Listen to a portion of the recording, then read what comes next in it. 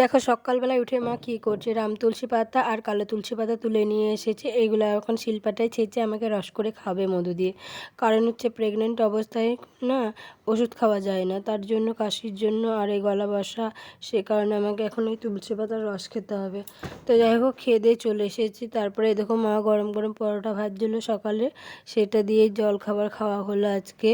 চা দিয়ে খেয়ে নিলাম। তারপরে দেখো আজকে তো নিরামিষ রান্নাবান্না হবে, তো মাই রান্নার দিকটা করছিল, তো আমি কাঁচা কলাগুলো কেটে দিচ্ছিলাম, ভাজা হবে তার জন্য।